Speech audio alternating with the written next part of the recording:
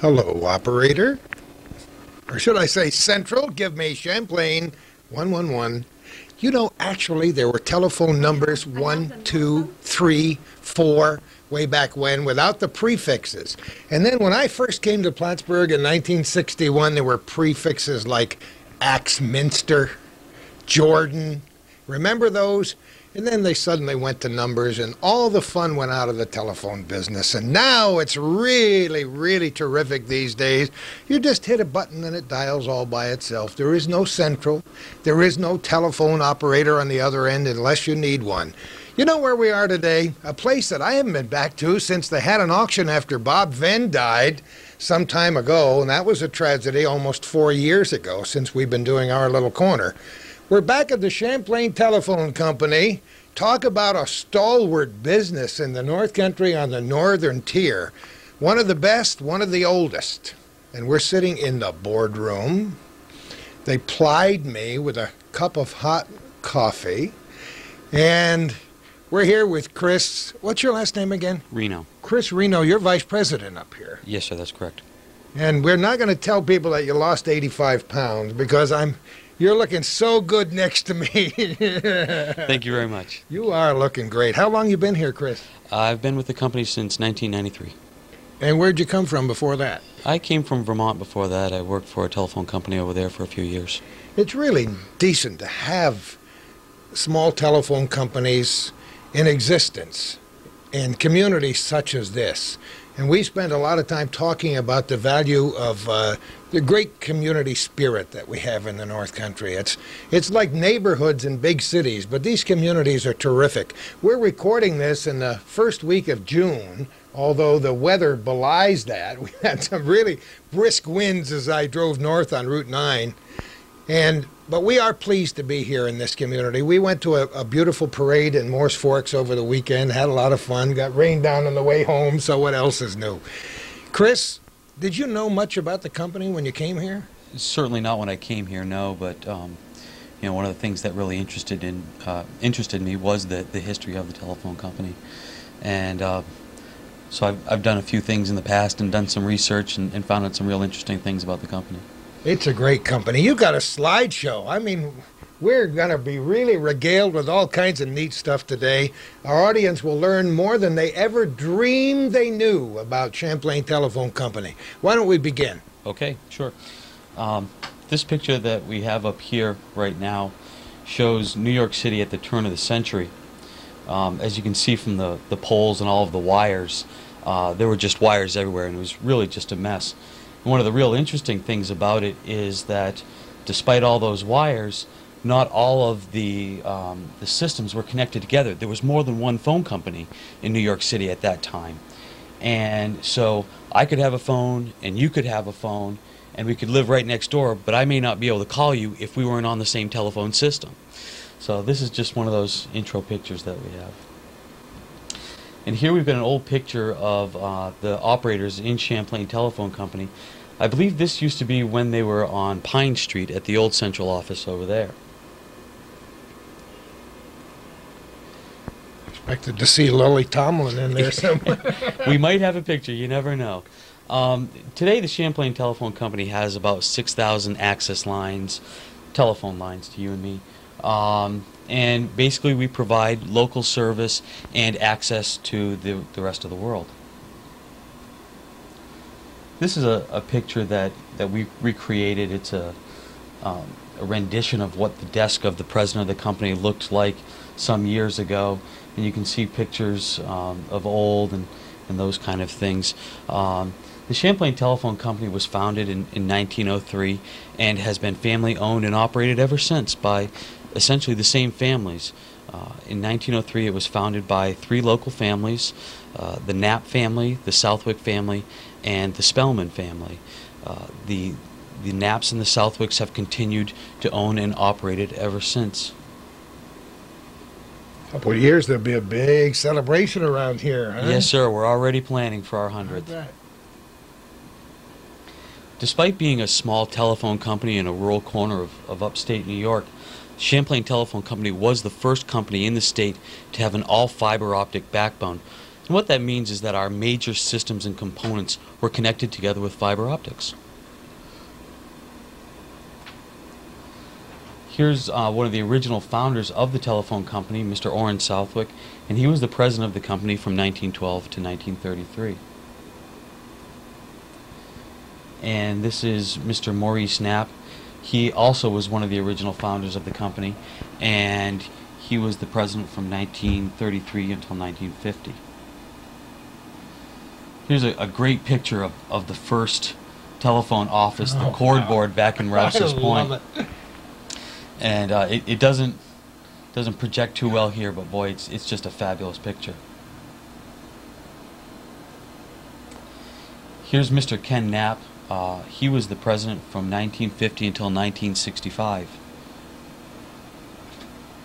And then, of course, we have Edith and Dave, and most of the people, at least locally, will recognize those folks. Edith was the vice president from 1965 until 1998 upon her death. And Dave was the president of the company from 1965 until 1996. And of course, Dave is still around, and we've got an office for him, and he comes in. We see him around. Our current president is Trent Trahan, and this is just a great quote from Trent. Trent's background isn't really in telephony. He spent many years out in the business community, and back in the late 80s, his Aunt Edith tempted him, let's say, to come on up here and take over the business. Trent really believes in opening this up and making communications available for local businesses so that they can compete. There's a lot of dedication and spirit to the local community here. This is a little modern picture, and it really has to do with the 1996 Telecommunications Act. The 1996 Telecommunications Act really opened up competition, and the Champlain Telephone Company is preparing for competitors to come in today, and soon we'll have them, I'm sure. And of course, the ice storm. This right here is the corner of Ridge Road and Route 11. Hard to tell that, though, isn't it? It certainly is. It doesn't look like that today. That was quite a mess to clean up. And that's that's Route 11 entering into Moores. Wow, it strikes you with horror, even looking at it now. Even 3 this years many later. years later, absolutely. And this is the corner of 276 and 11, again with the poles snapped. One of the interesting statistics that we have, just to give you a measure, Champlain Telephone Company is on about 2,200 telephone poles throughout Champlain, Moores Forks, Altona, and Rouse's Point. And of those 2,200, about 1,100 of them were in need of replacement or repair. Isn't that amazing? Half of them. Absolutely. Absolutely. That's the end of the slideshow. A little bit more of the history of the company. One of the things that's really interesting is back when they first founded the company, the Champlain Telephone Company also served Hemingford, Quebec. And as such, the long-distance toll routes went through Champlain to get to Hemingford. So if you look at, even today, the rating points for AT&T and MCI all reference Moores Forks because Champlain had a crossing from Moores Forks into Hemingford to get into Canada. So a lot of the East Coast long-distance rates are rated at Moores Forks, New York. Isn't that beautiful? Absolutely. The cable isn't in use anymore. There's fiber optics, and it's routed 100 different ways, but it's still, for rating purposes, it's rated as of Moores Forks, New York. Fiber optics, the wave of the future, huh? Absolutely. All these new phrases we've had to learn in our lifetime, broadband, fiber optics. Absolutely. Unbelievable. The Champlain Telephone Company was, again, the first company in the state of New York to have an all-fiber optic backbone. As well, we're placing fiber every year into our system to get more and more of it out there. And it's just one of those things that we do to try and keep up technologically. Additionally, you talk about broadband. We've recently introduced DSL, digital subscriber line, which produces high bandwidth rates for all kinds of different applications.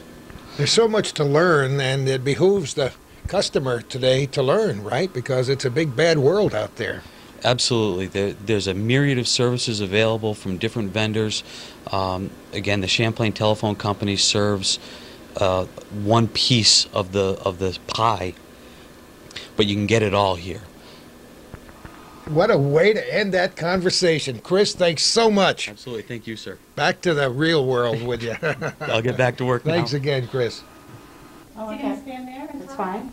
That would be neat. All right, we moved out of the boardroom and into the real world down by the front door with our friend Bev Lamberton. How are you? I'm fine, thank you, Gordy. Haven't seen you since the bazaar and parade on Sunday, which would have been just a few days ago, as we're recording this in early June. We got rained on by the spirit of the Great Northern Tier, huh? We sure did, but our outcome was great. We did maybe better than we did last year in the sunshine, so we look forward to next year The only again. thing that bothered me, I couldn't stay around for the chicken dinner.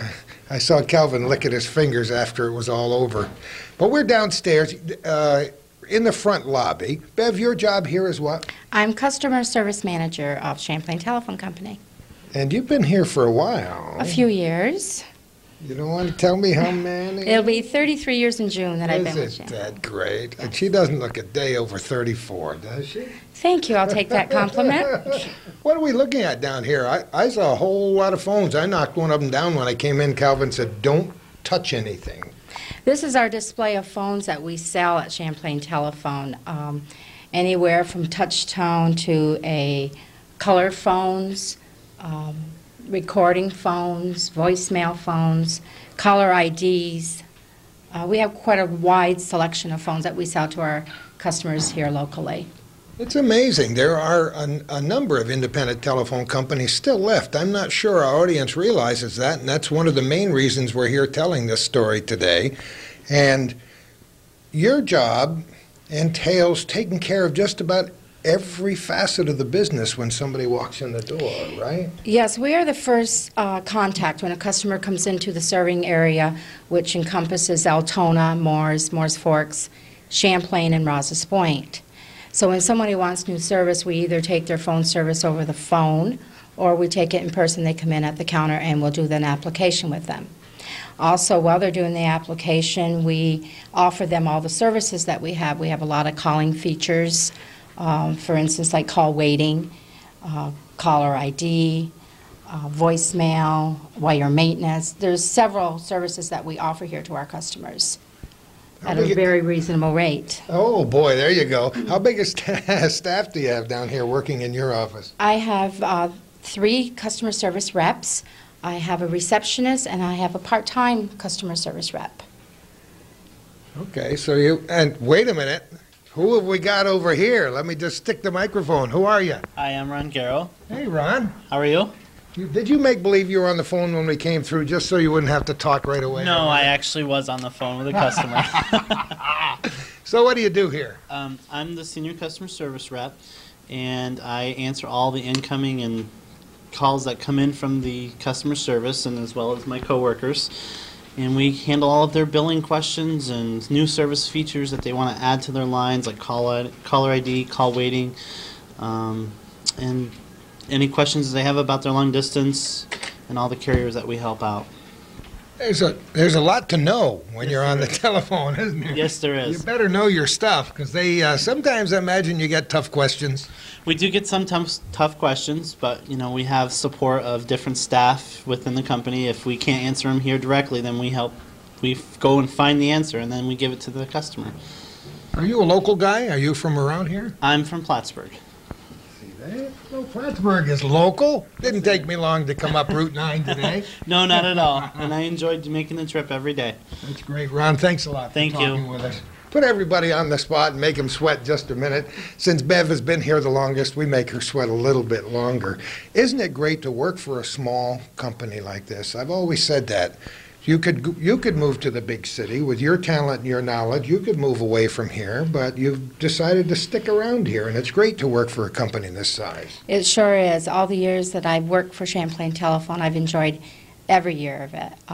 I've met a lot of different people, worked with a lot of different types of computers.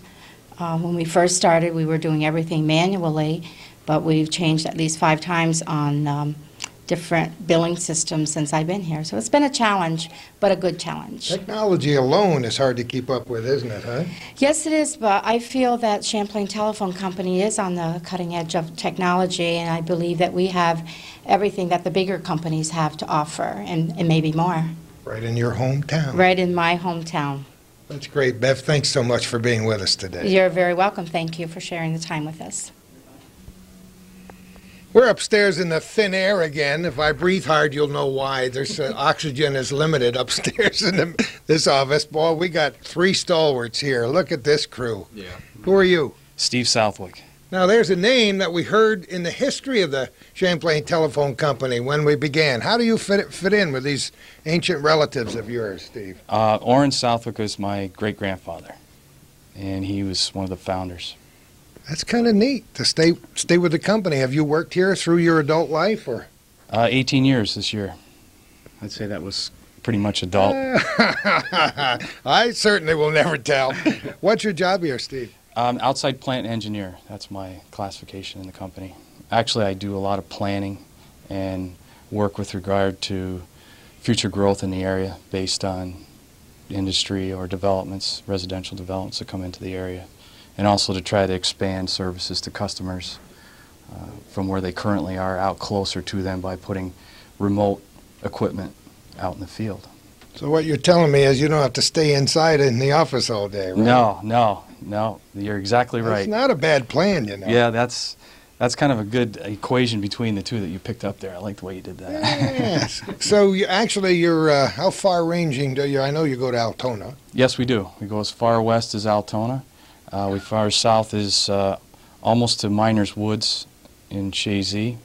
Don't you love these local names? Yeah, that's on Route 9. That's why I call it Miners Woods. And we Southwick go. and Miners. That's about as steeped in history as you get. Yeah. And let's see, we go, of course, all the way across the border, west in the northern direction, and east to Ross's Point. So you lived and breathed this stuff even as a small child, I'll bet you. I started working here in high school in the summertime, back in the mid-'70s, and I worked most every summer in high school through college. So. It's just kind of something you knew you were going to do, huh? Back in those days, or did you really have a plan to get out of town? Yeah, I had a plan to get out of town, and then ended up back here, and I'm glad I did. Ask him what his father does for a living. Uh-oh. My father's the local general practitioner, John Southwick. Don't we know that? We just did a recent program with old cars, and every other car, I got that one from John Southwick, and I got that from... Did you happen to see the TV show that we did with the rodeo doctors, the retired old doctors? Yes, I did. That was so neat. I understand quite a bit of it was edited, though, also. Well, just every now and again, for reasons we can't even begin to get into on this family television show. It was so much fun. I've always enjoyed Dr. Balukas as far back as I was a kid, my dad, and he had a lot of interesting occasions to be together. Then we did an interview with A.B. de Grand Prix, and people say he's still alive. Mm-hmm. Wow, he's sharper and stronger than almost all of us in this room at the age of 92. Yeah. Something about this good North Country air. You see what you got? You're going to be around for at least another 50 or 60 years. I hope so. That's great. Steve, thanks for talking with us and You're being welcome. with us. Say hello to your famous dad for us. I will. And next to you we have... J.R. Davenport, network engineer. Marianne Castine said she looked at a show that Bob Venn did here 10 years ago. There were a few changes. The company has changed. You haven't. That's true. I had a little less hair, but other than that. I know how to stroke 'em, boy, I'll tell you that. So what's your job here? I try to keep ahead of the advances in technology and specify and work with Steve in laying out the new equipment we require. Well, Since you've been here for how long now? 19 years in September, yes. There have been a few changes in technology. There have been a lot of changes moving into the fiber optic age. The digital age is still pretty much the same, just enhancements on the services, but the fiber optic transmission portion of it is the big changes. Yeah. When we were kids, we couldn't even have dreamed that the technology that's around today, inside our homes and coming down our telephone lines with fiber optics is just unbelievable. Yeah, when I first came, we were still putting in 9.6 modems for U.S. Customs. Think about that, folks. And now we're putting in T1 services, so yeah, it has changed a lot, especially on the data side. So you have to do a little studying behind the scenes, do you? Yeah, it takes a lot of reading behind the scenes to try and keep up, but luckily we're allowed to have a lot of participation in NYSTA, the Network New York State Telecommunications Association, and with the meetings we go to and so forth, they keep a lot of the information to us. It's nice to have a company this size with quite a bit of clout among other telephone systems around the country. We see that with our local power companies, small power companies, and our local independent telephone companies. There's no way you can keep a company this size divorced from the bigger picture. You got to be there, and you got to get up just as early as the big guys do, and sometimes earlier, don't you? Yeah, we're very fortunate in the fact that we've got, I believe, 7 ports of entry for U.S. Customs, and because of the technology they require, they keep us right up on the front.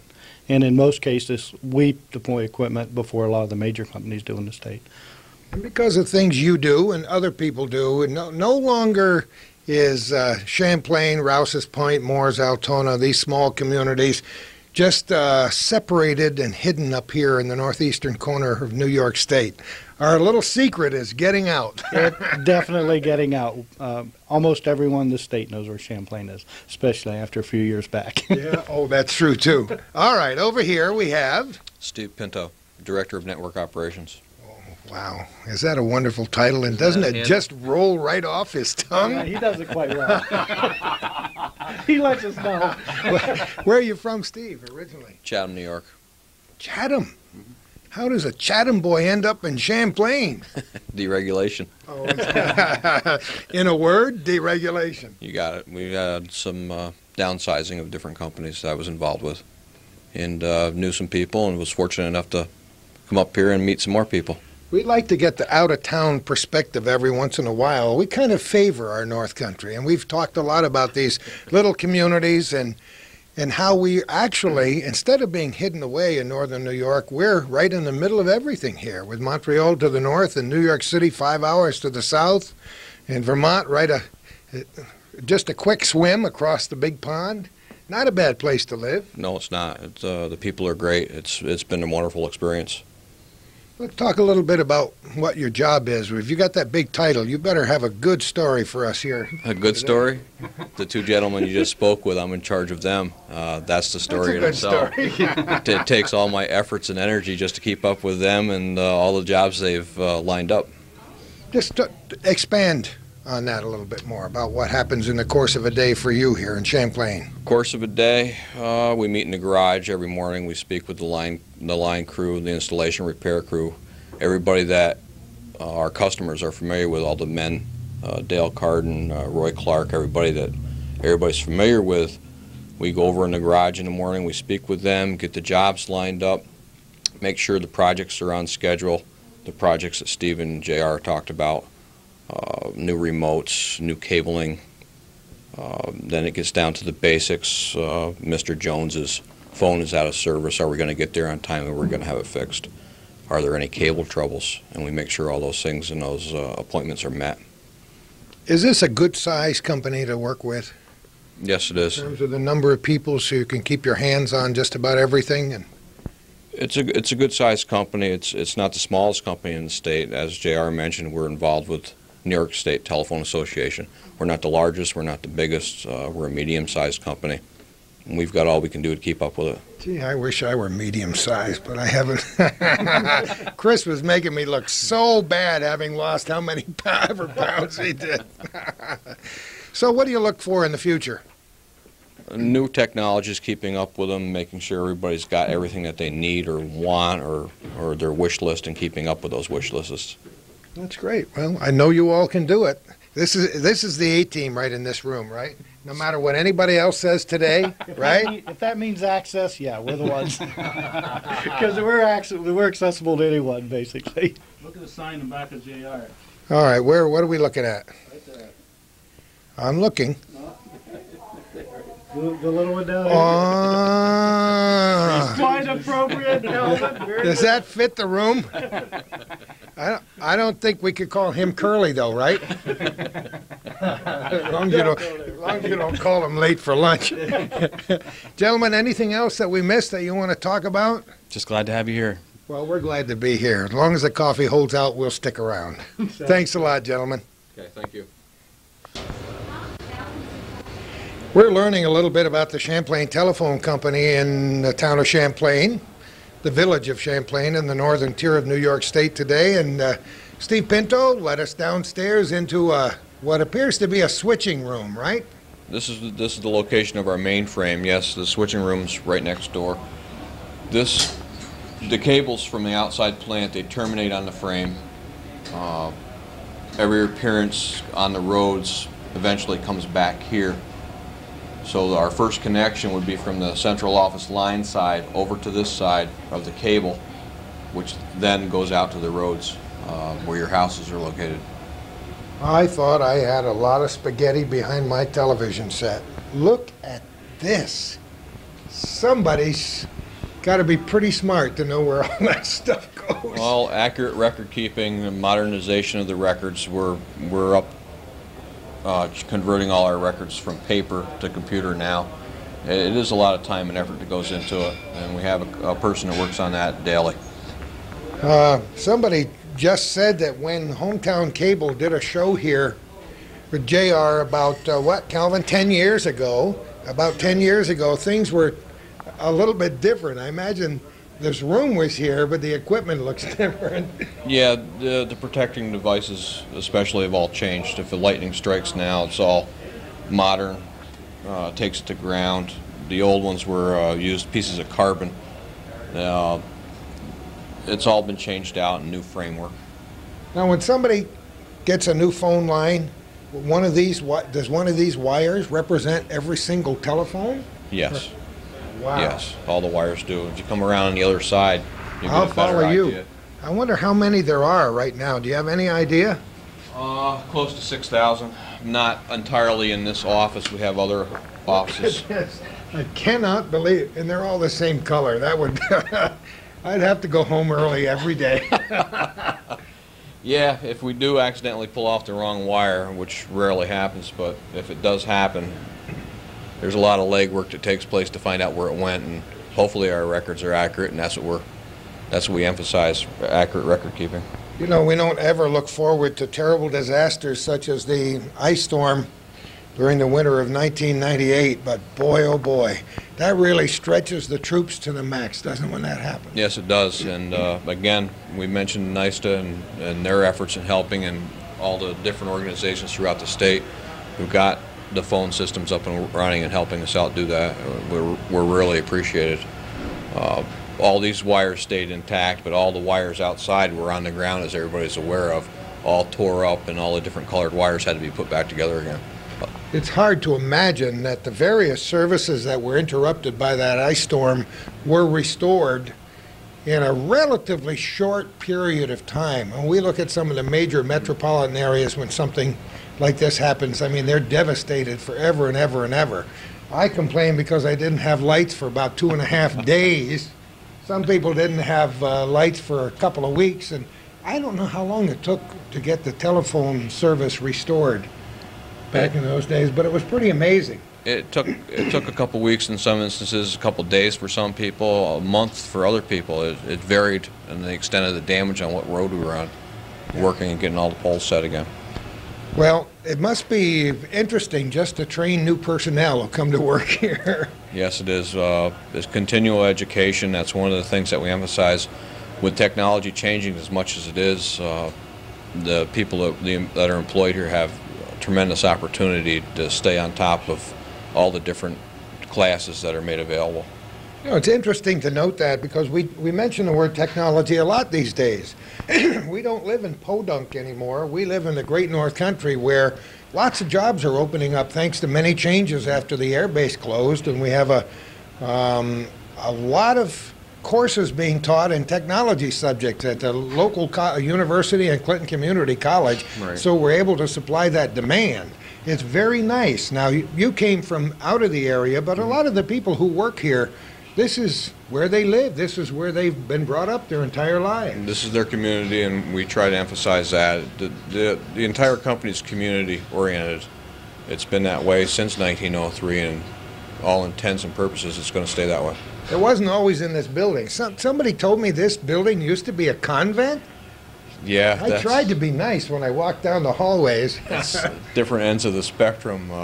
Having a bunch of telephone guys in a convent is something to be said about that. If the walls had ears, I think we'd all be in trouble. You got that right. Steve, thanks a lot. Where are we going next? Out here to the switch room, pointing out different technologies. We are in the process of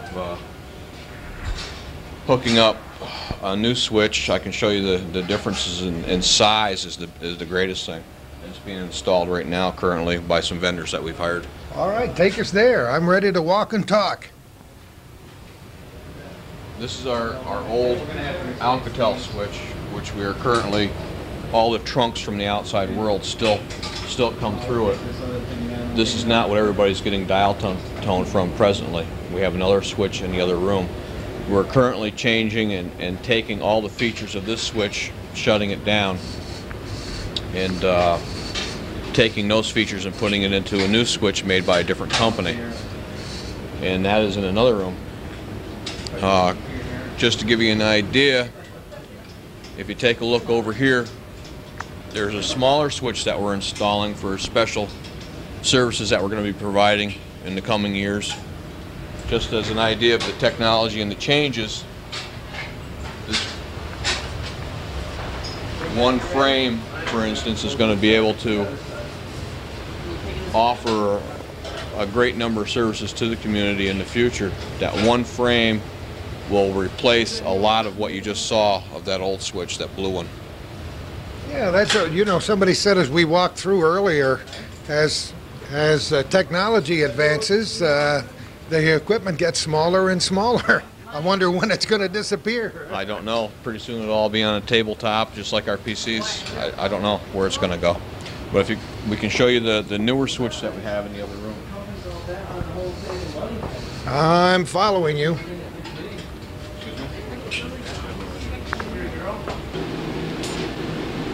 All right, Steve, where are we and what's going on in this room? This is our newest switch that we cut over approximately 2 years ago. It's a Siemens EWSD. It's going to take the place of the old Alcatel switch.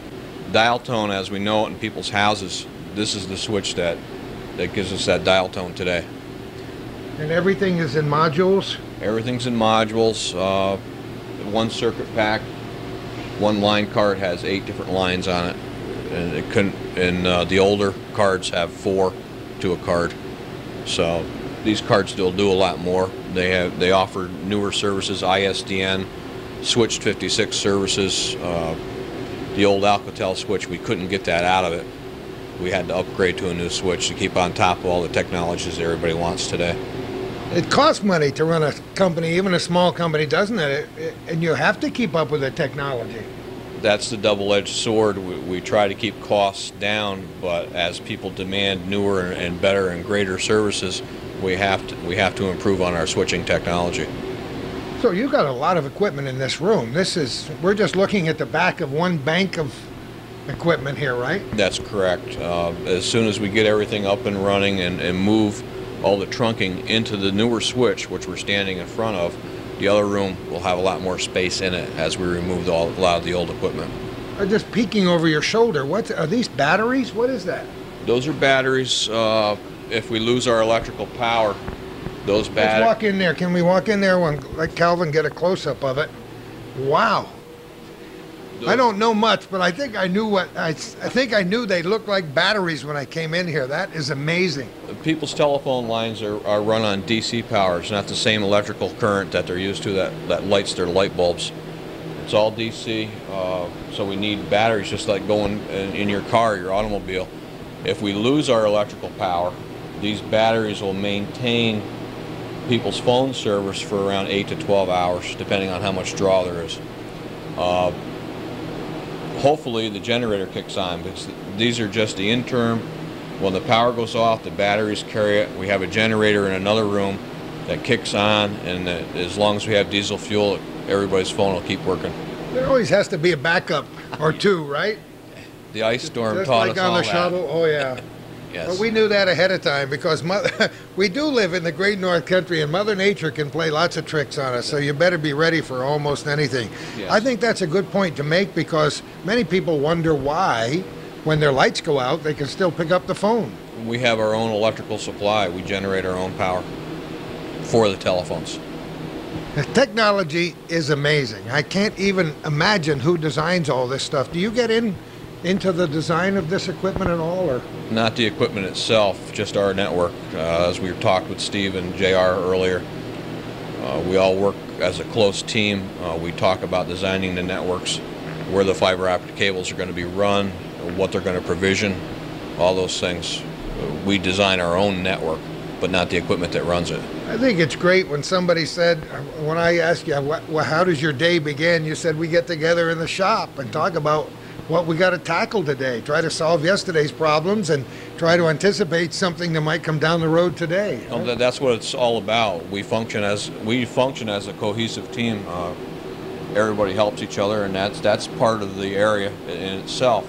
There are other companies who run telephone franchises that do not operate that way. It's a community-oriented thing. And it's nice to have communications from one department to the other. Yes. That's one of the other advantages of having a small company. Yes. You know where everybody's office is. They can't escape, right? We have an open door policy. If anybody wants to come upstairs and speak to anybody, or come downstairs and talk to JR, that's the way it works. Is there anything else down here that we missed, Steve? No, not really. Covered the thing. It's very difficult for our viewers to understand. I don't even pretend to be very technologically oriented. I'm blown away by the whole process. Okay. But the bottom line is, when somebody out there, a customer, picks up the phone, if he gets that dial tone, and he's able to get through, then you've had a good day, right? That's correct. We've all done our job. I love it. Steve, thanks so much. Thank you very much. I'm tall. I have to go with that. Watch mine.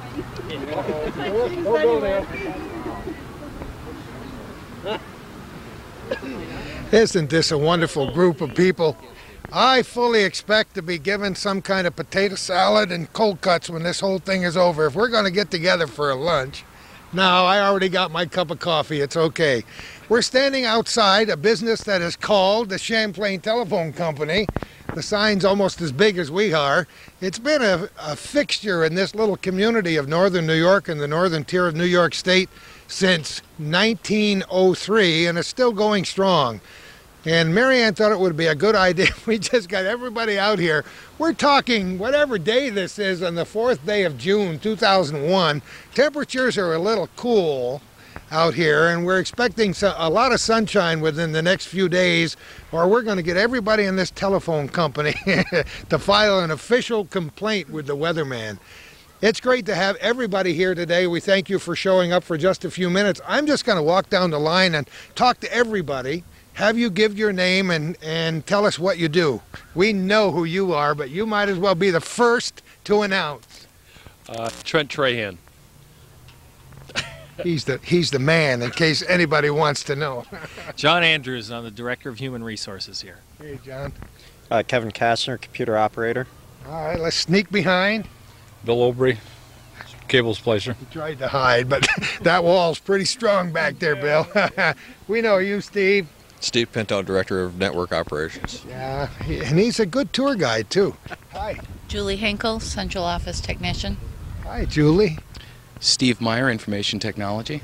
All right, Steve. And over your shoulder? Brian Hinkle, Central Office. All right. Betty Kaufman, Customer Service Rep. Betty started to sweat about an hour ago the minute we walked in the door and thought she wouldn't have to do this. We didn't make you say much, Betty. We know who you are, too. J.R. Davenport. All right, J.R. Stephanie Tatro, Information Technology. Here's the guy who knew when I came up here he was going to make me look bad when I walked in the door. Chris Reno. I'm the vice president. Yeah, and we loved your little background too and your slideshow. You're good at it. Hi. Hi, Gabrielle Drew, Information Technology. All right, Gabrielle. Hi, Bev. Hi, Bev Lamberton, Customer Service Manager. And over your shoulder, Gloria Graham, Receptionist. That's great. Good speech, Gloria. Way to go. Sean McGinty, Information Technology Manager. Hey, Sean. Steve Southwick. We know that, Stevie. We got him to give us 2 cents a little while ago. Hi. Amy Begor, Customer Service Rep. Good to meet you, Amy. Rick Dubois, lineman. The brightest shirt in the place. He did that on purpose. He knew we were going to get... Yeah, hi. Hi, Lori Porter, Assistant to the Vice President. Lori, nice to meet you. And? Dale Carden, Line Foreman. Okay. Roy Clark, Outside Plant Foreman. Roy Clark. Roy Clark. The real... No guitar, right? I've had the name longer than he has. Oh, that makes you #1 in my book. Craig Hicks, Combination Person. Hi, Craig. John Wetham, Central Office Tech. Yeah, John. John Harrington, Combination Person. How's our core doing? Oh, I'm almost there. Gary LeMay, Summer Help. Okay. John Segrist, Lineman. And? Randy Tran, Summer Help. Now's your chance. Well, actually, I just want to comment about Randy also helps with the newsletter that everybody gets at home. He does it from his dorm room in Norwich, at Norwich University. Come on. So it's pretty cool. Technology at its very best. And I'm Marianne Castine, I'm Director of Marketing. And I want to thank everybody for coming out on their lunchtime to just let the community know what our faces are and what we do here, because it's very important. A lot of these guys are in people's homes and at their doors, and people trust them and know them, and I trust them, every single one. They do a good job. They go out. Yeah. They go out when it's 20 below zero, when there's flooding, when it's freezing, when it's Sunday night or Christmas Eve or Christmas morning. They leave their families during the ice storm, and there is a real family here. It goes beyond just the way they work. Their families About support the size of my family too. Yeah, but their families support what happens at the telephone company too, because they have to sacrifice and let their husband or wife come to work to make sure that other people have, the telephone service is like air. It's not a luxury anymore. Everyone just expects to pick it up and it's supposed to work perfectly, flawlessly, and people get really annoyed when it doesn't. So these guys are on call all the time. Look who almost didn't make it. Oh, good. One of the guys who gets the call when it's not going right. How are you, my friend? Good, how are you? You're the upfront man. Yeah, Calvin's only got so much of an umbilical. We're attached here at the hip. We know who you are, but tell everybody again. My name is Ron Garrow, and I'm the Senior Customer Service Rep. All right. He was probably answering some of those hard questions inside when we were out here. That's exactly what I was doing. We're having fun today at the Champlain Telephone Company. It's always amazing. I think we ought to have outtakes on this show, don't you, Calvin? The best stuff always gets discussed between takes. We're in an office that has a very prestigious sign outside. It says Mac. And for those who are not initiated, that's Marianne Castine. We're in your inner sanctum, Marianne. Thank you. It's nice to have you here. Marianne's the one that organized our tour of the Champlain Telephone Company today, and it's nice to be here. It was great to have the whole family outside, wasn't it, for a few minutes? Once a month we have an employee luncheon, and everyone gets together and shares the highlights of what's going on and talks about the plans for the future. And it's really great to look around, and the people that we depend on are next to us, because most of the time we're talking to them on the phone. For a communications company, we communicate mostly by email and telephone and conference calls, and it's amazing how little sometimes we do and don't see people. So it's nice to get together. Mm-hmm. It's nice to have that family atmosphere. I've always enjoyed that. We've visited, fortunately, quite a few North Country businesses in the years we've done this program, and Bob Venn, many long before that, he even came to visit us one time at the radio station. I think that's the first time I ever met Bob Venn. Was that day, and we spent I don't know how many hours, because I've got a ration of the old BS that I really laid out that day, and to look at it today is kind of humorous. But it's nice to be up here, and it's nice to get a little background and insight into another wonderful North Country business. We're talking about old telephone. But just to segue. This a is little neat.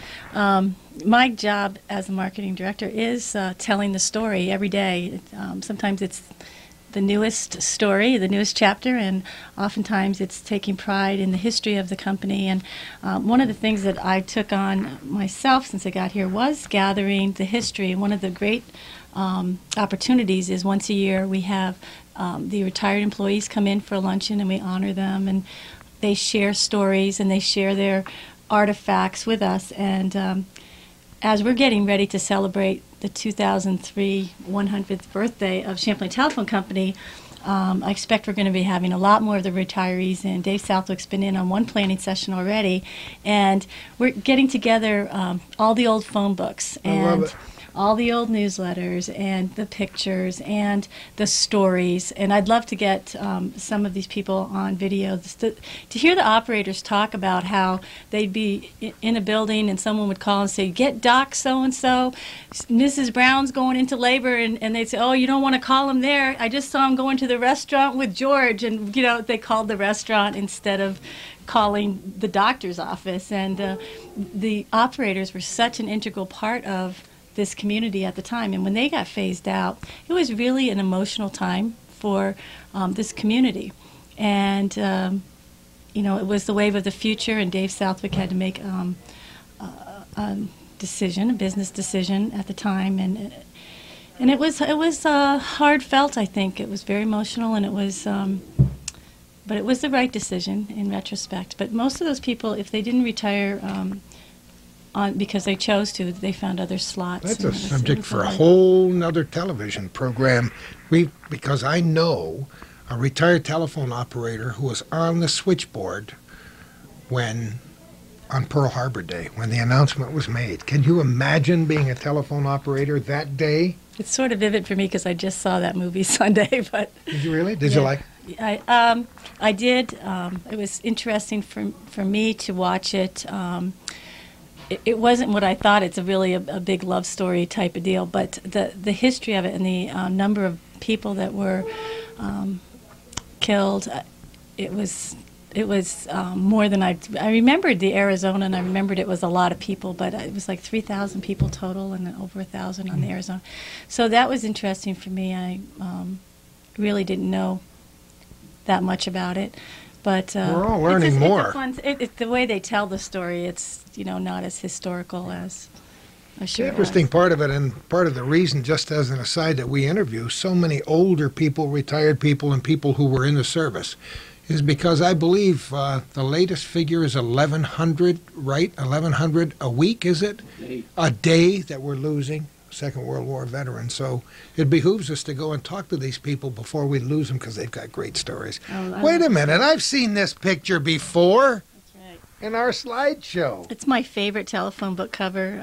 Actually, it was put together by Barb Pitt Fido, who grew up here in Champlain, and her father actually worked at the telephone company, and she went on to be a graphics artist and worked out of Burlington. And she did several of the phone books that are in our collection. As you can see, the phone book evolved from this smaller size and to this larger size, very plain. And then with the advent of more competitive spirit, and we started to become more, I think, customer service minded. We've taken a lot of proactive steps to gear ourselves up for competition. On one hand, it's part of what Champlain Telephone always was about, serving the community, and most of the people here were related to everybody else in the community, so it behooved them to do a good job because they lived here too, and they relied on the service as well as their neighbors. But as we're going forward and we're trying to brace ourselves against competition, several steps were taken, and one that I monitor very closely is a customer satisfaction survey that's done once a month. It's done by an outside sourcing company, so we don't know who the customer is that answers the survey. But out of our 6,000 or 5,000 subscriber base, 60 to 70 people respond each month anonymously, and they go through a list of questions, and they tell us what they think about our service, what we're doing right, what we could do better, how they feel about our pricing, what services they'd like to see in the future, and even things about and if something happened and there was a breakage and how long it took, did they think that that was enough time, if it could have been done quicker. And we monitor that and take it very seriously, and we've made a lot of changes in the last few years based on the recommendations of the customers. Also, part of my job is getting the newsletter out, and every month we try to make sure that it's got information that's relevant to the community. Up until just recently, there was a publication called, what was it, the Lake Champlain newspaper, that the Business Connection. And when that left the area about a year ago, many organizations started to contact us because this was the only place that they had that would get to all the local community, specifically targeted, to let them know about community events. And we take pride in sharing this format. It doesn't cost us any more to put those events into this newsletter because it's part of the bill. When you get your bill, you get good news every month. And we try to, in fact, recently Calvin's part of the Bob Venn Park fundraiser. That was an insert in our newsletter this past month. That's a nice service then, isn't it? It is. Yeah. And what I found is that people do, when I publish a number as part of the story, say it's an anonymous call-in just to ask or leave information to us about something that they read, people respond. People want to give us their opinions. Most people will stop us in the grocery stores, at the school, and say, I like this, I don't like that. And believe me, not very many comments escape our strainer, because we get together once a week, all the CTC managers, and we go through what's been brought to our attention, and we make sure that something's, and most of the time, by the time we bring it to the rest of the group's attention, it's already been taken care of. And then every manager meets with their group of people. Today, you saw how many people there are, and they have these tailgate meetings in the morning, and it's 5, 10, 15 minutes just to catch up, make sure that if there's been a comment in the community that we all are aware and it's addressed. We really care. There's a lot of pride here. I really like that idea of getting everybody together in the morning, tailgate meeting down in the office, in the shop. What did you hear last night out and about? You better listen to your community. And if you don't pay attention to that feedback, you're going to be left behind. We do. And that's one of the points that I'd like to make, as long as I have the mic. Our customer service reps are very well informed. And we hear sometimes a little grumbling about a price or whatever. And believe me that there's a lot of pain taken. There's tariffs and regulations and taxes that we have to follow. And when someone doesn't understand their phone bill completely, it may be in their best interest to spend a few minutes with a CSR and find out that either there's a service on their phone that they don't really need, or that they should benefit from. There's some features called like the warm line, where if someone takes their phone off the hook and they don't call within so many seconds, it automatically calls an emergency number. It's sort of like a lifeline feature. Oh, I didn't know about that. There are many features that are distinctive for different people in a family. You can save money and not have 2 phone lines if you have distinctive ringing. And you want to only answer calls that are for you, and Kay only wants to answer calls that are for her. You could have 2 different rings, or you could have a different ring for a fax machine hooked up to the phone. We got voicemail in the government center, and it took me 2 weeks to read the book and figure out just how to set up my telephone. But it's voicemail amazing. is nice because you don't have to have an answering machine with tapes, and you can pick it up, your messages remotely. There's a lot of technology. Every piece of technology, though, isn't right for every person. And, caller ID, that's one of the things that didn't have a real good entry here a few years ago. Now it's been better understood and more widely used. But when it first we were technologically ahead of Plattsburgh at the time. And so people here had caller ID, but if somebody from Plattsburgh called and they didn't have the setup, there was no number on the display. Since then, we have now caller ID with name, and so you know actually the name, so you don't have to go through the book and look for the number. It's amazing how many pieces of new technology over the last 10 or 15 years we now take for granted. When it first comes along, we say, no, I don't need that. And all of a sudden, we couldn't do it. Couldn't do without it. Absolutely. Things have changed so much since these days. We were looking through one of these old telephone books, and Calvin said, let's look up a name. Which one would be a famous name in 1956, 1957? And he said, how about James Fitzpatrick? Talk about a famous name in the North Country. We wanted to see what his telephone number was. In his attorney's office, you know what the number was? 1234. When you got clout, you can get any number you want. 1234. Actually. And how many of us remember our childhood telephone numbers? Calvin, what was yours? 11Y11. 11Y11. Don't ask me. I'm not good with numbers. I can remember my original telephone number when I moved to Plattsburgh, and I'm terrible on names and numbers. And because I called so many numbers every day when I was doing radio news for those years, I can remember about 15 numbers just off the top of my head because you do it over and over and over again. And now with modern telephones, you don't have to remember any number. You just program the machine and push the button. One of the features that we looked at this past year is called Preferred Voice, and it's actually when you call, instead of like punching a number, you say the name of the person and voice recognition. It's really nice for older people that are at home, and a lot of institutions like hospitals, colleges are starting to go into this preferred voice. So it's a technology of the future that we're looking at. I'm looking at products all the time, trying to gauge, you know, where they are in the nation and where they're going to, if they're going to hit or not, and then making recommendations here. And a lot of the products that we've brought forward in the last almost 3 years I've been here have come from the techie guys downstairs, from people on the street asking our guys, you know, when are you going to have this?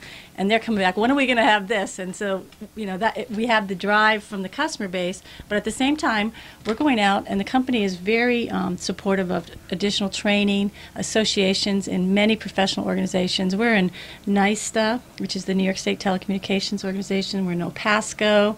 We're in the NTA, which is the National Telephone Association, and all of us participate. We have roles in the state organization. John Andrews is the head of the Human Resource Group. Steve Pinto is very active. J.R. Davenport is very active. Bev is a leader in her group. I'm on the marketing committee. So we go out and we get rejuvenated, and we find out what the challenges of other small telephone companies are, and we try to help each other. Shazy Westport is part of that, Crown Point. In fact, I just met with Crown Point the other day to talk about their new telephone book. They did something different this past year, and we find out how they're working. So we are a network that supports each other, and there's only 41 telephone companies, independent telephone companies, left in the state, and at one time there were 250. So there is a certain demise happening. Competition has a lot to do with it, as we've said since we started here. If you're a small telephone company like Champlain Telephone Company, you better have some pretty decent people, and you better have your roots pretty firmly planted in the community, and you better have people talking very seriously about what we're going to do today to beat the other guys. And that's true of a lot of small businesses. We've followed the demise of a lot of businesses and the rise of a lot of other bigger businesses because the conglomerates come around and can do a number on you. So it speaks well for the Champlain Telephone Company to have been around here for 98 years. I can't wait to see what that entire year 2003 is going to be like. And as Steve said, and you said earlier, you've got to start planning for that now. We have. It's going to be quite a celebration, but we want it to be very special. We want the whole community to to celebrate with us, because I think we are the oldest business in the community, and I'm saying that because if anyone can disprove it, I need to know that by next year. The telephones will ring. Yes. Well, I'm putting that challenge out there. If there's any business that's older than the Champlain Telephone Company, please let us know what it is, because we would like to make that claim going into this celebration. And, you know, one of the things that I heard you talk about with Steve Pinto was how we grow and how, you know, the Immigration and Customs was as a driver. And I have to say that the relationship with economic development has been very strong throughout the years. When somebody opens a trench to put in electric, we're there putting in telephone lines, burying cable, trying to beautify the area in that way. And right now it's pretty exciting because of what's happening up on Paquette Drive, that economic development park that's associated with the one at the Air Industrial Park. The Development Corporation is working on. There's 2 new buildings going in there this year. And, you know, they've been in contact with us. And what they're trying to do is now wire their buildings what they call a smart wire. And a smart building does everything. It gauges temperature. It is wired for high-speed internet service. It's got intercoms. It's got security devices all built in. So diversity is one of the pieces of ammunition our small company is using to try to make sure that we don't become obsolete. And we're diversifying in the smart wiring and the maintenance and contracts and those different areas. You're a real asset to the North Country, where your life has changed a lot down through the years from one business to another, but you've learned a lot about, you've been almost directly involved with businesses. Are we we need a battery? Is that what we need? We're going to change batteries and get into the heavy part of the conversation coming right up. I didn't mean to rudely interrupt our conversation, but when your battery's going down, you got to find a way to get it charged up or put a new one on. I was speaking about your business background in the North Country. You knew a lot about marketing when you came here because you've done quite a few interesting things in your lifetime. Well, actually, when I came here, I was only in college. I just finished 1 year of college in Florida, and I went to school here at OLVA, and I took business courses. I didn't take any marketing courses, but I was always a marketing kind of person, sales and marketing. I sold all the most raffle tickets in school, That's a good and sign. I always won every poster contest, so I had an eye for it. But really, my marketing career started at A.N. Derringer, and I was living in this community, and people didn't know who A.N. Derringer was. They'd say, oh, those are the soap people, when I'd be in Plattsburgh. And I remember Mr. Bronson allowed me to do a few projects, and Vic Valek was actually my boss at the time. And they gave me the tools and some opportunity and let me go. And from that is where all my marketing came from. And then I started an advertising agency and ran that for 5 years and became aware of this story because of I was working with many of the economic development people, and the fiber optics was such a thrilling advantage and opportunity for the North Country.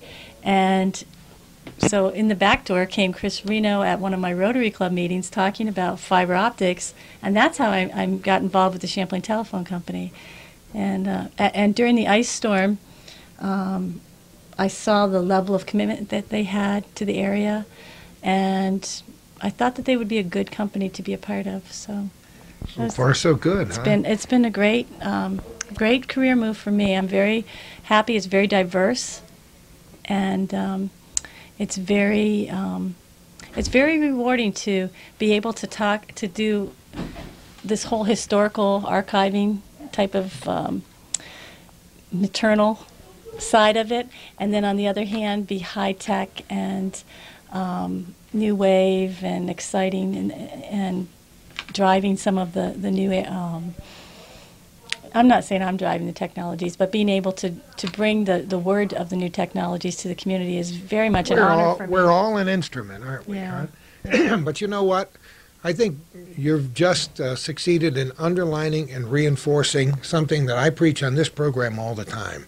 We have a very special part of the country that we live in. We've chosen to stay here and live and work here.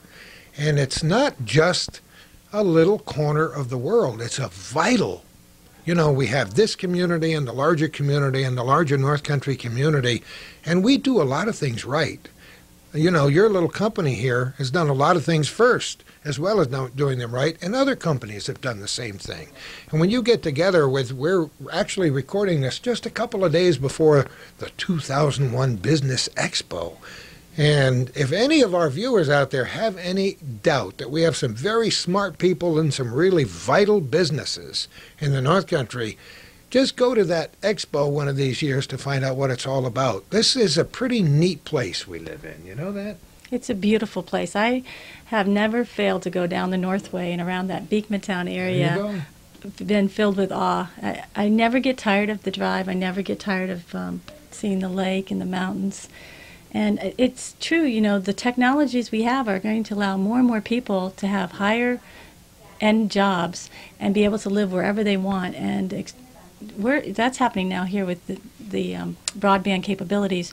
People can send huge files to New York City or Paris or wherever, and they don't have to have an office in Manhattan to compete. And one of the things that is so unique here is our close distance to the Port of Montreal, where we're 45 minutes from the Port of Montreal, and the people who are doing business there, this is their backyard. So this is where they want to recreate. And, we've lost some of that traffic over the years because of the drop in the Canadian dollar. But I think that the kinds of efforts that the Chamber of Commerce has been doing to try to open up this border, make it an easy entrance for people and for businesses, is going to undo some of the damage that's been done by the drop in the dollar. Listen, and they make their voices heard. Gary Douglas is not afraid to jump on that soapbox and scream to the top of his lungs and beat his chest on behalf of the North Country, and our voice here is heard. When the air base was here, our voice was heard in Washington, D.C. Now that it's gone, our economic voice is heard all over the world. And you mentioned Canadians. How many people have Calvin and I interviewed who have lived and done business in Toronto, in Ottawa, in Montreal, who decided not to just come down here for recreation, but to buy an old house in Moores or in Champlain or in Rouse's Point and do business right here. Right. And I think the college is another draw. Many people from Plattsburgh State are part of this company, actually. Come to think of it, this is a good story. John Andrews, our HR director, Trent Trahan, Steve Southwick. There's quite a few people, and some of the summer help that you saw today are all going to Plattsburgh State. But those people come here from other communities, and they want to stay. Don't you love it? And because of the technologies that we're bringing, they can stay. We used to lose our kids. Yes. Now they're staying here, and that's a very good point. We're talking about history a few minutes ago, and it wasn't very long ago that we took a tour over in Moores of the town offices, the beautiful new facilities they have, and we ended up down in Carol Netto's little corner. And she's got a wonderful little historical collection down there. She begged them to give her more space, and she got more space, and she's filled that off. And now you look at her, and she's looking dreamily out the side window, hoping that they can put an addition on the place. But she's got a little collection of telephone memorabilia there. Yes, Carol approached me a while ago, and I was so happy to share some of our artifacts that we had here with her, because she knows the history. She knew a lot more than I did about the telephone company, and she actually has educated me on the relationship of the Southwicks and the Knapps in Moores. One project that we're just finishing up right now on, and it makes me talking about Moores, is the Bidwell Library. Was actually a Knapp who married a Bidwell, and she's the one who started that library or funded that library. And Steve Southwick has just completed a project that took, I think, about 2 years, and with the Moores, the Champlain, and the Rouse's Point libraries. And all of the librarians came in here and had their meetings in our boardroom and filled out grant applications. And now they're all just received through the Bill and Melinda Gates Foundation computers and scanners and printers, and Champlain Telephone and PrimeLink gave them the internet access or whatever, and people are thrilled. And the librarians are telling me that the foot traffic is up. About 20 people came through even before they had been trained in Rouse's Point, looking for the DSL access. So people in the community know what's going on, and the libraries are loving that they can once again provide additional services to the community. I think we're very lucky to have libraries in such a small area. You look at Plattsburgh, they've got one library for that whole area, and we have so much history and so much accessibility here. I'm so glad that you promote libraries. We've spent a lot of time doing that too, and we've done tours of the public library and the Clinton Essex Franklin Library System, and we go back to the days even before Stanley Ransom, the Connecticut peddler, and all of his promotions of the library. But we wax nostalgic every now and again, and I like to think about my childhood and what an important part books. And the library was a focal point. If I hadn't been allowed in the library, I had a bookmobile. Oh, well. The librarian used to come and we had keep it me in stocked. Morrisonville. All of our kids would, just my family alone, would put a rush on the bookmobile, which would park in front of the post office and get the books down. And now, through the library and through our internet access, which is quicker and quicker these days, we have access to the world. For me, personally, this is such a great way to learn. It is. Just pick a everything's at our subject and get fingertips. on. It's amazing. And that's part of the future of telephone too, is voice over IP, which is no more long distance calls. That will be coming. These are technologies that everybody has to deal with and embrace, and it's exciting, but it does mean that we have to think differently and we have to plan differently and be diverse. So I'd like to take us to the next interview, if you would, and introduce you to the heart of our company, which is Roxanne Lamberton. I think she's back now, and she is our president's secretary or assistant, and she's a very active girl herself. She's in charge of the Heart Walk every year, so she might want to do a plug on that, and I think today. That's great. Let's do it. See, we've followed through on Marianne's promise. We came to talk to you. It's Roxanne, right? That is correct. Roxanne Lamberton. And as we walked down the hall, I said to myself, wait a minute, how is she related to Bev? Bev would be my mother-in-law. And your husband would be a famous stock car driver? Yes, he is. Let's talk about that a little bit. How's he doing this year? He's doing very well. He just went over to Thunder Road yesterday, and he qualified like fourth, and he was running pretty good, but then his car overheated, so he ended up finishing 20th overall. But overall, it was a good race for him. This is Mark, of course, for those people who are watching the program who don't know who Mark Lamberton is. Where have you been? He's been racing for a while. Yes, he has. I started seeing him when he was 16, and he was racing at that. Are you kidding? Yes, so it was at that time he was involved in racing, so he's raced for quite a few years. And you're getting right into it too, huh? Not so much. Not so much anymore. So. It's a big project. It's a tremendous commitment like anything else, but I've always admired these guys that just have to spend so much time at it. There is a lot of times that I don't think the fans realize how many hours they put in at the garage at home, getting the car ready. It's like a telephone company. The customers don't realize how much time and effort it takes to make that telephone work, because the customer picks it up and hears the dial tone, and people go and watch the races and say, oh, yeah. They don't realize how much it costs when that engine blows up or you wreck a fender. That's correct. Racing is a very expensive sport, and you definitely do not make money. If you're into it, it's because you enjoy doing it. Yeah, that's true of a lot of things we do. Roxanne, how long have you been here? I've been working for Champlain Telephone Company for 3 years. I made 3 years in February. Previous, I used to work at CVPH Medical Center. Did you really? What did you do there? I was in the business office handling bills, billing, actually insurance companies was what I was doing, and I was there for 5 years. When you're the boss's secretary, you have to take time to answer the phone, right? So we let you do that for a moment. Just tell us what your day is like here. You have a very important position here in this company. Yes, I do, and my day varies. Definitely, you never know who's going to be on the other line of that phone and what it's going to involve. I answer Trent's phone. I'm also sometimes answer Chris Reno, who's the vice president, and I'm a backup to Lori Porter.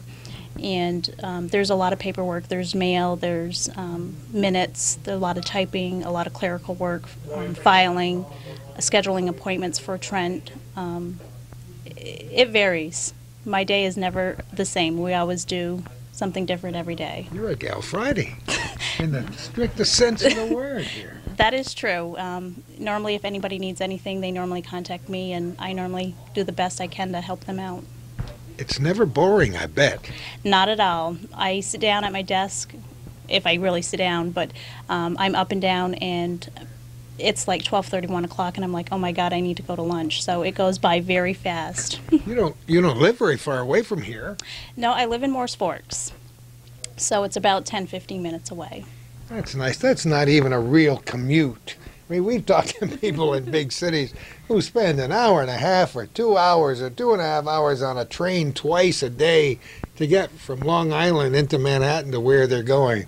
There's a lot to be said about living and working in a place like northern New York when you can take a nice leisurely 15-minute ride to work in the morning, collect your thoughts and make sure the lipstick's on straight and all the stuff you have to do before you get there. We've spent a lot of time today promoting the North Country through the eyes of this nice little North Country business. So it is kind of neat. I know you've found a niche here, haven't you? Yes, I have. Definitely have. Were you born and brought up here? I was born in Blacksburg, and I lived in Champlain. Well, there you go. So right in this area. Did you go to school locally, too? Yes, NCCS.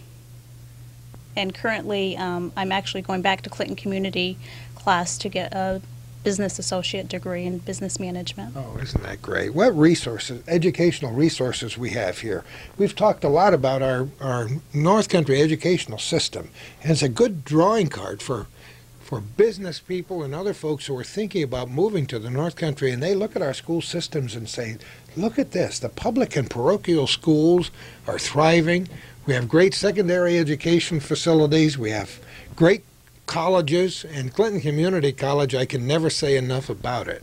They just do a great job, and there's no more beautiful spot in the world than right up on the top of that bluff. Right? I agree, definitely. My instructors have been excellent, and I enjoy it. I feel like a little kid going back to school. I really enjoy it. With all the wonderful things you do with and for the Champlain Telephone Company, are you telling us right here in front of God and the entire country that you're never going to drive in a stock car race?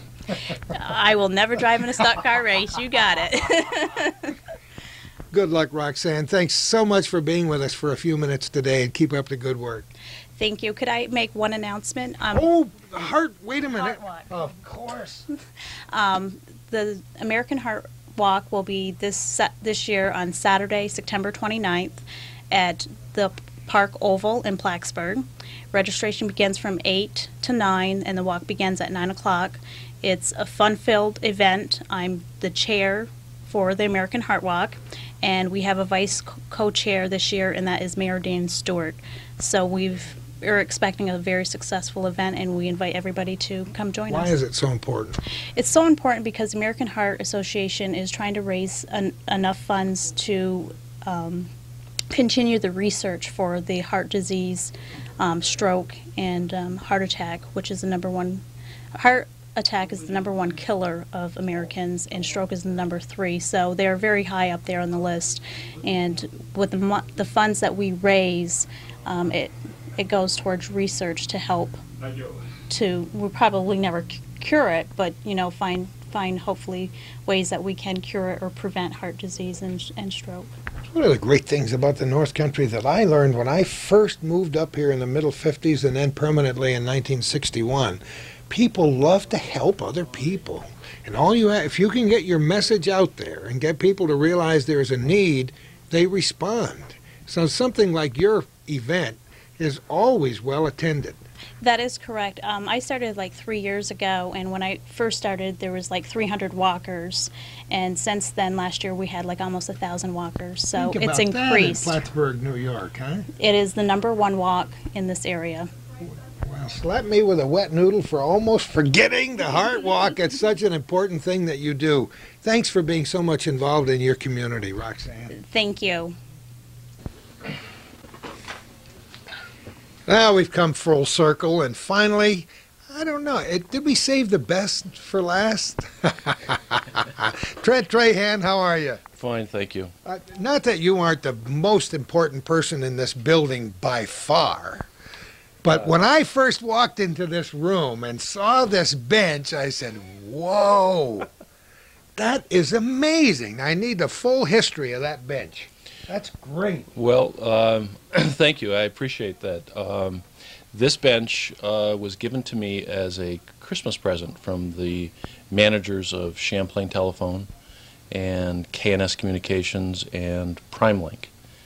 And it's made out of hockey sticks from the national champion, Division III hockey champions, Plattsburgh State Cardinals. And can't you just hear them cheer? I love it. Well, I love Plattsburgh State hockey, and it's a lot of fun, and it's very comfortable. You should sit in it. And oh, sure. With my history, I should not sit in it. I mean, if my wife is watching this now, she's saying, "No, Gordy, don't sit in that."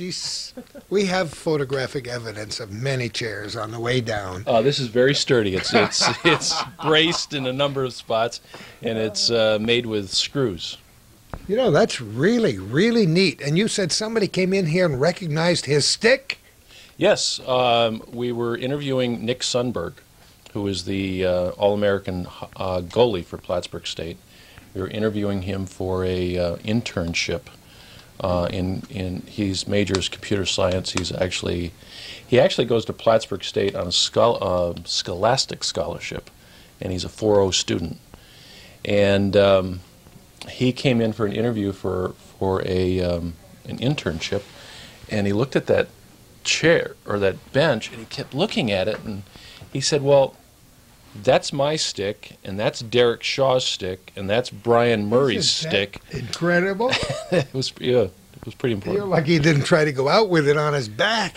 That's really, really neat. I don't know if that's unique or not. Do you? I think it's only unique because of the sticks that it was made out of. There's a gentleman in Middlebury that makes these, and you really, if you hang around hockey pucks, hockey players and people who like hockey, you see a lot of this stuff. Gee whiz, don't let Brian Jefferson see it. He'll want to trade you a real top-notch jersey for it. Well, he'd have to fight me for this. That's classic. How long's it been here?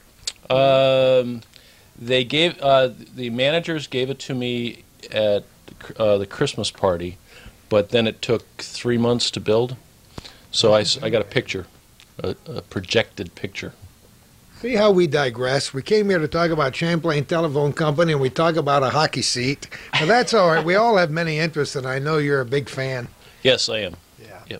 Yep. We've cranked out some pretty amazing athletes here in the North Country, and we're even related to some of them. Calvin's had kids that played sports, and I have, and everybody has. It's great to go to games and support it and see, well, it certainly has put Plattsburgh State on the map in terms of athletics, hasn't it? Huh? It sure has. I think Plattsburgh State is a very good center for the community, not only for athletics but for education and culture, and it really makes the Champlain Valley important on this side of the lake, as well as Clinton Community College. And I think the local schools are really important too. We, as Champlain Telephone Company, I don't know if you're aware, we have just finished installing internet and DSL, which is a high-speed internet service to all of the libraries in the community. We've talked about that. Isn't that great? Well, we think that it's important because it certainly brings the outside world to the community, and it's interesting. We are a very rural area, and we have the same services that you can get in New York City or Chicago or Atlanta, for that matter.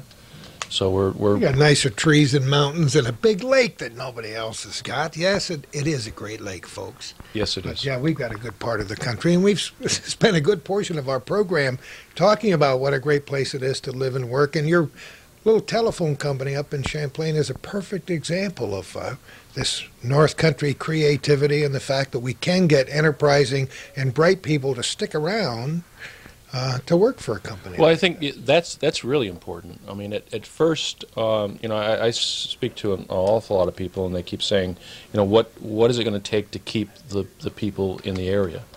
A lot of them grow up and move away. And as a result, we end up trying to recruit people back here. And, I have friends in Burlington, and they always say that they can recruit people out of Boston because of quality of life and those types of things. And it sort of has that New England feel. But when you really look at it, I mean, this side of the lake is much better anyway.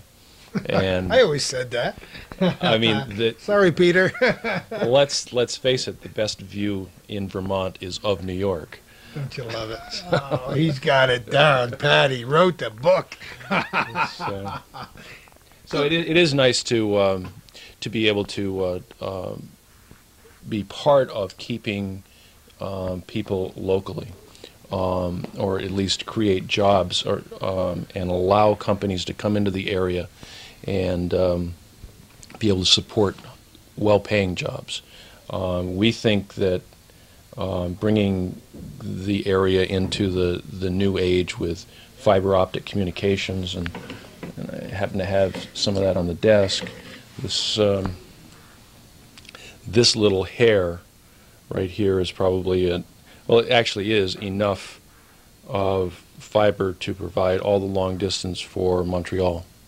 You've got to be kidding. No, it all goes over that. And if you go back, here's an insulator that we used to put on the cross arms that would be on the top of a telephone pole. You'd have a pole and then a cross arm. Yeah. And these insulators would sit there so the poles wouldn't burn up when people were talking like crazy. And the telephone lines really did used to hum, They hummed, and they heated up, and they were made of copper. Yeah. And that's metal, and now we have glass. We have come a long ways. Let's talk a little bit more about the telephone business from the top looking down. We've been looking up all day long, but now that we're in here, we can have a different perspective. How long have you been with this organization? I moved here in '89, back here. I'm originally from Chazy, and I moved back here in '89, and then I took over the telephone company in 1995 as president and CEO. And it's been good. We hope so. And getting better. You putting words in my mouth? Yeah. We hope so. I think there's no question that I had a very good base to start with. I mean, in 2003, we're celebrating our 100th anniversary. I took over from Dave Southwick in '95, and from Edith Knapp, who was my aunt. And she really wants this company to stay in the community, keep the jobs local, and become part of the community. And then Dave really tried to keep the telephone company ahead of the other telephone companies in the state. We were the first company in the state to put fiber in our transmission lines. And to quote Dave, I think he was the protector of POTS, Plano telephone service. And then he used to always talk about this new stuff is PANS, pretty amazing new stuff. I love it. So I feel that I'm the protector. Edith put me in charge of protecting the pans. She's watching you. You better not screw it up either. So it's been an interesting career for you. Did you want to do this because you didn't?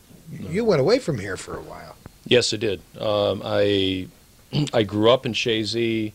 My first job was working for Bob Smith's father at Howard Johnson's on Route 9 and Cumberland Head Corners. And in fact, I worked in the kitchen with Bob. I was a busboy and then dishwasher and cook.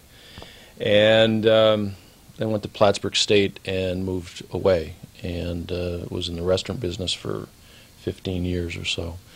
And I never worked here in the summers, really never had anything to do with the telephone company. And Edith called me up she called me up 13 years ago.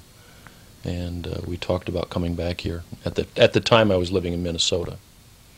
Talk about a legacy that she left, huh? Yes. Wow. Yes, she's a very important person in my life, and surprisingly, in a quiet way in other people's lives. It's really interesting. I just got out of here quickly to have some lunch. I snuck out of here before you cornered me here. And it was really interesting. I went to McDonald's, and I just to grab something quick, and the girl who waited on me was a girl that I met 10 years ago when I showed up at her, I don't know whether I should say this, but I showed up at her door with a bag full of groceries. And her son met me at the door, and he was 5 years old then. And he said, "Mommy, Mommy, it's the man from Mrs. Knapp." Oh, my. And you're going to make me cry here. I came here to laugh. Well, Wow. it just kind of came, it came up on me, and Isn't that a story? Wow. And this girl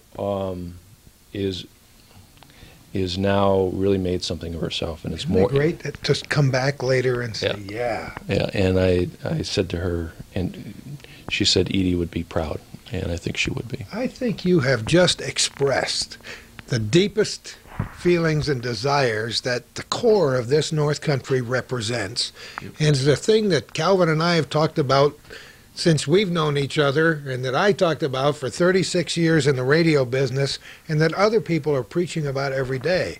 And you said those magic words, quality of life, before, and you've just expressed it very eloquently. Well, wow. I'm sorry. Really neat. No, but that's you pulled it out of me. I wasn't ready to say it, but it just absolutely terrific. But that's what it takes, and you don't have to have too many experiences like that to make your whole lifetime worthwhile. You know that? No, and that is what life's all about.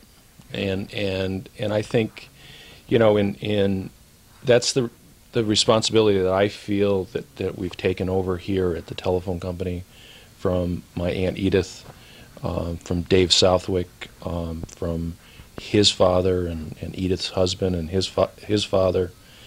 And, I think the roots are in the community. We want to keep them here. And hopefully we can help the community grow. We don't want to make light of the fact that it's hard work to run a business this size in a community, that it just doesn't, the wheels just don't start turning before everybody gets up and you put it all on automatic pilot. It takes a lot of energy and a lot of work and a lot of dedication. People like you and all those people we met standing outside as we took a group picture at noontime. But it's a tribute to the North Country spirit, I think, to keep this company and create a vital link to the rest of the world right here in the little community of Champlain. Right, and we and believe me, we are no better than the people that we have working for us, and our people are the best. Going back, everybody here has heard of and probably lived through the ice storm of '98, and our people were just unbelievable. They didn't quit they treat this company like it's theirs, and it is theirs because they've built it.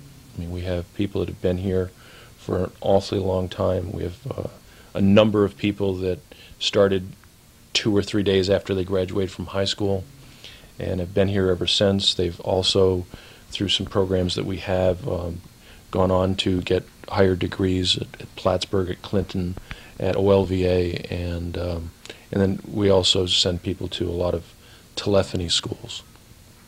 And you know, it's just a responsibility. Yeah, Bev didn't want to admit how many years she'd been here until we squeezed it out of her downstairs, but she's an amazing lady and a great resource, and all the people you have working for you. She started 2 days after school, after she graduated. Don't you love it? Yeah.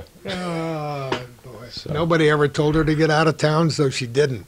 And it's great, and the people here are involved in so many other aspects of the community, and and you are, and that's important, I think, to just, you know, get involved in other things too. Yes. Well, that's part of having your roots in the community. I know when I moved back here 12 years ago, you know, I kind of looked around for a couple of years trying to get back into the telephone company and learn what I didn't learn by working here in the summers, and trying to determine what parts of the company or the county and the area I would try and put my roots back in the community, and so we've tried to concentrate on the local area, the local schools. At Plattsburgh State, I'm on the foundation board. Also ran the fundraiser for the business campaign this year. Dave Southwick is on the board at Clinton Community College, and we have a number of other people who are real active in the community. It helps. It's all a big circle, and you are such a vital part of it. Trent, thanks so much for inviting us into your inner sanctum here Well, today. You're welcome, and I'd also like to make sure that I think it's the first Friday in September, or is it the second Friday? Anyway, it's in September, and we need to get a date on that. But in September we have our open house, our annual open house, and I know you folks have covered it before. It's a lot of fun. Yeah. It's another way for the community to get together. It is, and we also try and rotate we combine it with a charity. And we've, in the past, supported such things as the Bob Venn Park. We had a great auction raised. That was fun. That was a lot of fun. In excess of $8,000, I think it was that night. And the community really came in and bought a lot of things.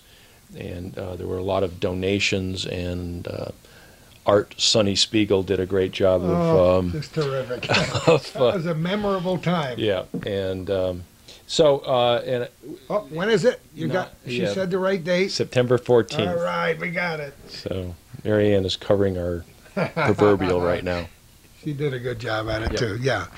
And let's hope we get a warm summer. We're recording this early in June. It's not the warmest day in the world, but we're looking forward to a great season and a good summer. Good, and I'll see you in September. Trent, thanks so much. Yep, thank you. Right across the street from St. Mary's Academy, it's the Champlain Telephone Company. What an interesting day this has been today. I want to thank all of our hosts for inviting Calvin and I from Hometown Cable in our little corner here to visit. We like to find out what makes these businesses in the North Country tick. We've done quite a few over the years, and we hope to do a lot more. If you're the operator of a business in the North Country, you'd like to invite us there, just look up Hometown Cable in your telephone book, talk to Calvin, and set up a date, and perhaps we can come there and do it with you. It gives us a great look into what's happening now. We're recording this program on June 4th, 2001. Hopefully, people who watch this 10 years hence, as they watched Bob Venn's program from 10 or 11 years ago, will get an insight into what business was like then. It's like our little tours around the North Country that we did as we turned into a brand new century. And here we are well into 2001, and I'm still not used to it. It's a good thing I don't have to write too many checks. Thank you again for watching our little corner. If you ever have any suggestions for us, please let us know. We like the compliments, and we like the gripes too, because we learn by our mistakes, but we sure do have fun in doing what we do. And who knows where we're going to be next time for our little corner.